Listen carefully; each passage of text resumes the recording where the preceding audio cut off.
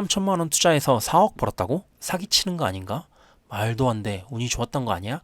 또 자랑 시작이네. 썸네일만 보면 대부분 이렇게 생각하실 거예요. 그런데 이건 사실 갭 투자 한 방으로 크게 벌었거나 경매 한 건 잘해서 로또처럼 운 좋게 터진 이야기가 아닙니다. 저는 2017년에 재개발 물건 하나를 샀어요. 그때 매수한 금액은 1억이었고 담보대출 7천만 원을 받았습니다. 실제 투자금은 3천만 원이었죠. 그리고 시간이 흘러 지난주 매도 잔금을 받았는데요. 7억 1,500만 원에 매도했습니다. 계산해 보면 3억에 산 아파트를 7억 넘게 주고 판 셈이니까 대략 4억 정도를 벌었죠. 왜 1억이 아니고 3억이지 싶으실 텐데 이건 뒷부분에 말씀드릴게요. 근데 진짜 중요한 것은 수익이 전부가 아니라는 점입니다. 3천만 원으로 인생 역전했어요. 이런 허세 영상이 아니라 적은 돈으로 재개발 투자를 해서 어떻게 수익을 낼 수 있는지를 알려드리려고 해요. 그리고 그 과정이 얼마나 길고 답답하고 멘탈이 흔들리는 여정인지 그걸 보여주는 이야기입니다. 오늘 영상 끝까지 보시면 재개발 투자에서 진짜 중요한 게 무엇인지 그리고 어떤 물건을 어느 단계에 사는 것이 좋은지 확실히 느끼게 될 거예요. 그럼 영상 바로 시작하겠습니다. 제가 이 물건을 매수한 것은 2017년입니다. 수원의 재개발 구역인데 재개발 투자를 배우고 나서 처음 매수한 물건이에요. 당시 이 물건의 총액은 1억이었고 담보대출 7천만 원을 받고 매수했습니다. 즉 제가 실제로 투자한 돈은 3천만 원이었죠. 많은 분들이 부동산 투자 또는 재개발 투자를 생각할 때 돈 많아야 하는 거 아니야? 이렇게 생각하시는데 재개발은 경우에 따라 적은 종잣돈으로도 진입이 가능합니다. 물론 여기서 오해하시면 안 되는 게 있는데요. 이건 2017년 이야기고요. 지금은 사실 이런 소액 투자를 찾기가 힘들 수 있어요. 또 대출도 잘 안 나오기 때문에 이런 투자처를 찾기가 쉽지 않습니다.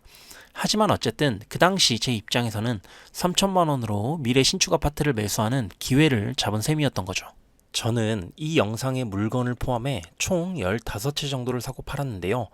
혹시 이 물건 외에 다양한 투자 사례가 궁금하거나 서울 내 집 마련 후기가 듣고 싶으시다면 아래 고정 댓글을 클릭해 조만간 오픈할 강의에 사전 등록을 해주세요. 제가 산 물건은 사업시행인가 이후의 물건이었습니다. 사업시행인가 이후에 거의 10년간 멈춰있던 구역이었죠. 하지만 어느 정도 사업이 진행된 구역이었으면 확실합니다. 이게 왜 중요하냐면 재개발은 단계에 따라 리스크가 점점 줄어드는 구조라 어느 단계에 매수하느냐에 따라 완전히 다른 투자가 되거든요. 재개발 초기 단계 투자는 투자금이 적고 수익률이 커 보일 수 있지만 사업이 늦어지거나 꼬일 가능성도 굉장히 큽니다. 반대로 사업시행인가나 관리처분인가 이후처럼 너무 뒤로 가면 리스크는 줄어들지만 이미 가격이 많이 올라 있어서 투자금이 굉장히 많이 들어가는 경우가 많아요. 저는 그래도 어느 정도 사업 윤곽은 나왔고 그렇다고 가격이 끝까지 반영되지 않은 시점에 들어갔다고 볼 수 있어요. 다만 이 구역은 이후에 사업을 다시 시작할 여력이 충분한 사업장이었습니다. 사업 진행의 리스크가 어느 정도 해소된 곳이어서 투자를 진행했죠. 그렇지 않고 사업 시행인가 이후 계속 멈춰 있었다면 지금 이런 수익을 올리기 힘들었겠죠. 결국 핵심은 불확실성이 줄어드는 구간을 선점한다는 것입니다. 재개발 투자에서 가장 중요한 핵심은 아파트를 얼마에 사느냐예요. 쉽게 이야기해서 조합원 분양가에 프리미엄을 더한 가격이 핵심이라는 거죠. 이 물건의 조합원 분양가가 2억 7천만 원이었고 저는 여기에 프리미엄 3천만 원을 주고 샀습니다. 그러니까 결국 이 새 아파트를 3억 원에 사는 구조였던 거예요. 이 개념을 꼭 이해하셔야 합니다. 많은 분들이 재개발 볼 때 프리미엄이 얼마냐만 보거나 내 현금이 얼마 들어가냐만 보는데 그렇게 보면 안 됩니다. 진짜 중요한 건 나는 최종적으로 이 아파트를 얼마에 매수하느냐예요. 저는 그 금액이 3억이었습니다. 나중에 이 아파트가 6억, 7억, 8억으로 가게 되면 그 차이가 수익으로 연결되는 거죠. 즉 저는 그냥 재개발 입주권을 산 게 아니라 결과적으로는 3억짜리 미래 신축 아파트를 미리 산 것이라고 봐야 되죠. 시간이 지나서 사업이 잘 진행되었습니다. 21년에 일반 분양을 하고 24년에 입주를 하게 되죠. 이 물건은 결국 2026년에 7억 1,500만 원에 매도하게 되었어요. 처음부터 한번 정리를 해볼까요? 조합원 분양가 2억 7천만 원에 프리미엄 3천만 원 더해서 최종 매수 가격은 약 3억 원이고요. 매도 가격은 7억 1,500만 원입니다. 그러면 대략 4억 1천만 원 정도의 차익이 난 셈이죠. 물론 세금, 비용, 이자 같은 디테일을 다 반영하면 실수익은 조금 달라질 수 있습니다. 그런데 큰 그림으로 보면 3천만 원 투자금으로 4억 안팎의 수익을 만든 투자였다는 건 거의 변하지 않아요. 수익이 꽤 큰 편이죠.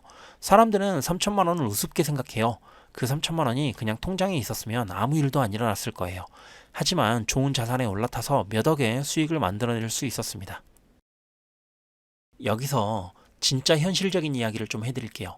지금 결과만 보면 와 그냥 사서 기다리면 되는 거네 이렇게 보일 수 있어요. 절대 아닙니다. 오히려 이 투자는 기다리는 과정이 제일 힘들었어요.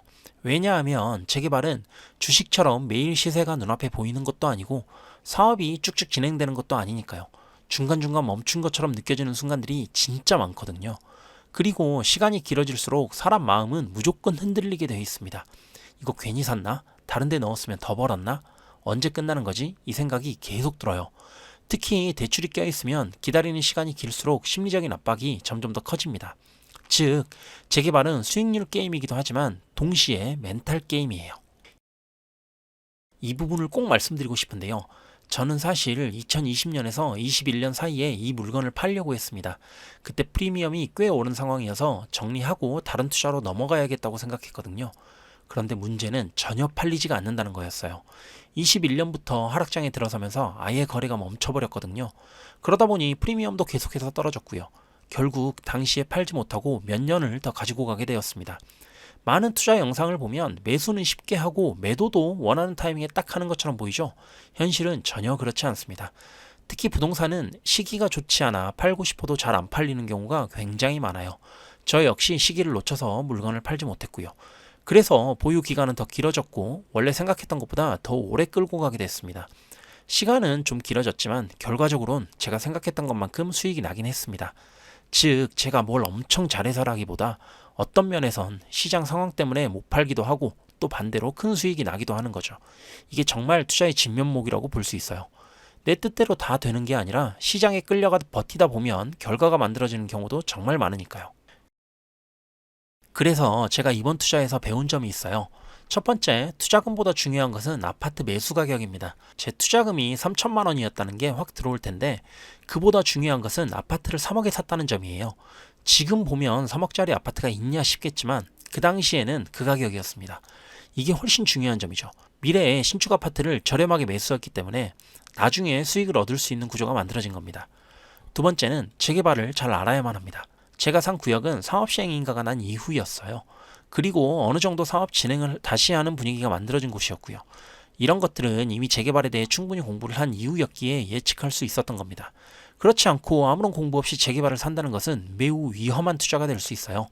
단순히 투자금이 적다는 이유로 초기 재개발을 산다거나 재개발 사면 무조건 돈 번다는 생각에 아무 재개발이나 사면 나중에 크게 후회할 수 있습니다. 세 번째는 시장에서 잘 버텨야 한다는 점입니다. 이건 진짜 중요해요. 사는 건 누구나 해요. 문제는 보유입니다. 특히 재개발은 시간이 오래 걸리고 중간에 확신이 흔들리기도 하죠. 지금이라도 정리할까 하는 생각이 정말 많이 들어요. 근데 그런 시간들을 통과해야 결국 수익을 얻을 수 있습니다. 혹시 이 영상을 보고 나도 당장 재개발 들어가야겠다 이렇게 생각하시면 안 돼요. 재개발은 분명히 큰 수익을 줄 수 있는 투자지만 반대로 굉장히 많은 리스크도 안고 있기 때문이죠. 사업이 지연될 수도 있고요. 추가 분담금이 나올 수도 있어요. 정책이 바뀌면 사업이 멈추기도 하고 대출 규제에 걸릴 수도 있습니다. 하락장이 오면 저처럼 몇 년씩 묶일 수도 있고요. 그리고 제 사례는 한 번의 성공 사례일 뿐이지 모든 재개발이 이렇게 흘러간다는 뜻은 아닙니다. 그러니 제발 재개발 물건 살 때는 꼭 신중한 판단을 하시길 바랍니다. 끝으로 정리를 한번 해볼까요? 저는 2017년에 총액 1억 원으로 재개발 물건을 매수했고 담보대출 7천만 원 받아서 실제 투자금은 3천만 원이었습니다. 이 물건은 사업시행인가 이후 매수한 물건이고 조합원 분양가 2억 7천만 원에 프리미엄 3천만 원 더해서 3억 원의 새 아파트를 산 구조였어요.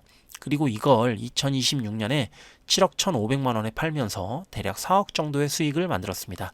하지만 그 과정은 절대 화려하지 않았고 중간에 2020년, 21년에 팔고 싶었던 순간도 있었어요. 하락장과 시장 분위기 때문에 원하는 타이밍에 팔지 못했고 결국 더 긴 시간을 버텨야 했습니다. 결국 이 투자는 3천만 원으로 4억 벌었다는 한 줄보다 좋은 자산을 제대로 사고 긴 시간을 버틴 결과라고 보는 게 맞습니다.